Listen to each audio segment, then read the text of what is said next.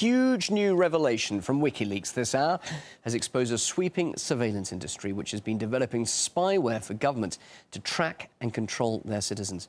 RT was among the very few media outlets given access to the documents prior to their release. Well, data interception, mass monitoring, individual tracking, those are just a number of services that were provided by some Western companies.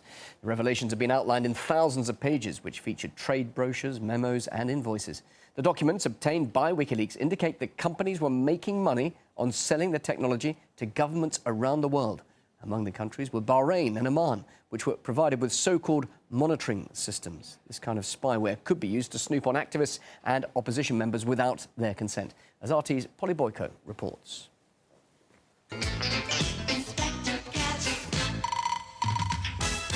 Say goodbye to the days of super sleuths, gadgets and surveillance bugs. To invade a person's privacy, listen into their phone calls and view their internet activity and emails, all you need is spyware. Wikileaks' newest leak, Spy Files 3, reveals that it's British companies that are pioneering the technology. This is a promotional video for Gamma International about its advanced surveillance software. The promo boasts that the technology can be installed inside an internet server, which in turn allows a government to infect any internet user in the country with spyware.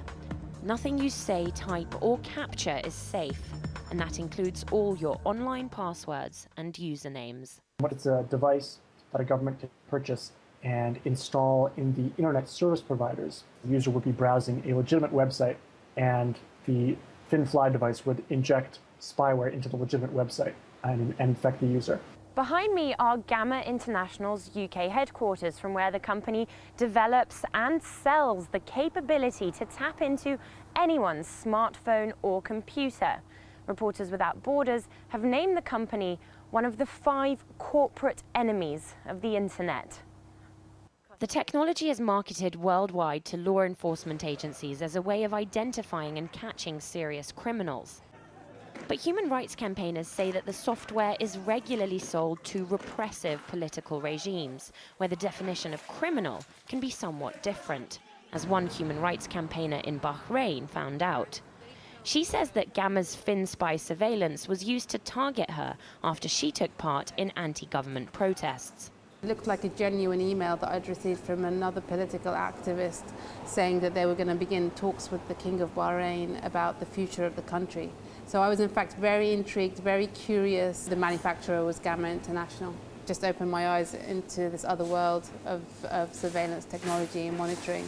So we know that the British intelligence carries out this kind of activities, but it's also allowing the private sector to carry out these kind of activities for other foreign governments. Researchers have identified FinSpy servers around the globe. We saw it being targeted against Bahraini activists and journalists last year.